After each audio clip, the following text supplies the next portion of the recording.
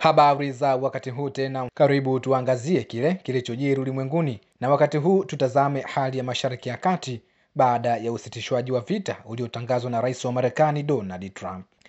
Makubaliano ya usitishaji vita yaliyofanyika siku ya jana Jumanne, Juni 24 mwaka 2025 kati ya Israel na Iran ni kama vile bado yanasuasua, bado hayaeleweki. Donald Trump, rais wa Marekani, alitoa tangazo la usitishaji vita juzi Jumatatu usiku, na kufikia jana siku ya Jumanne nchi hizo mbili, Iran na Israel, zilifikia makubaliano ya kusitisha vita. Lakini cha ajabu, leo Jumatano Juni 25, serikali ya Iran imetangaza kwamba muda wa kiyama kwa Israel umekaribia. Iran imesema kuwa siku ya kiyama, siku ya mwisho na siku ya maangamizi kwa taifa la Israel zimetimia. Iran imeyasema hayo huku ikidai kuwa hii ni kutokana na jambo walilolifanya Israel baada ya kumalizika kwa makubaliano siku ya jana Jumanne.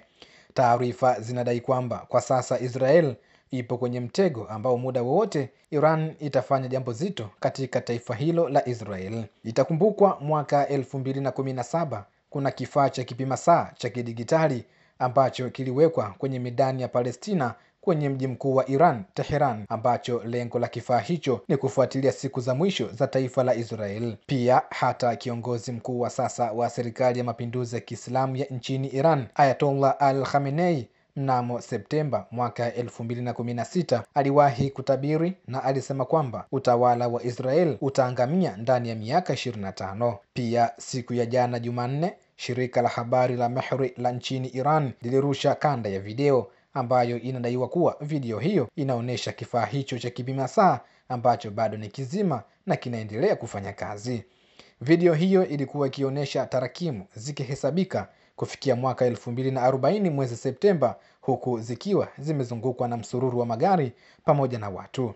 Ingawa Donald Trump alifanya jitihada za kusuluhisha vita vya Iran na Israel, lakini mpaka sasa bado kuna shutuma na vitisho vinavyoendelea kila uchao. Ingawa Iran na Israel zimekubaliana kusitisha mapigano, lakini bado kuna hali ya wasiwasi ikiendelea. Basi na wewe pia una nafasi ya kutoa maoni yako kwa kucomment, kulike, lakini usisahau kusubscribe. Naitwa Ramadhani Fupi.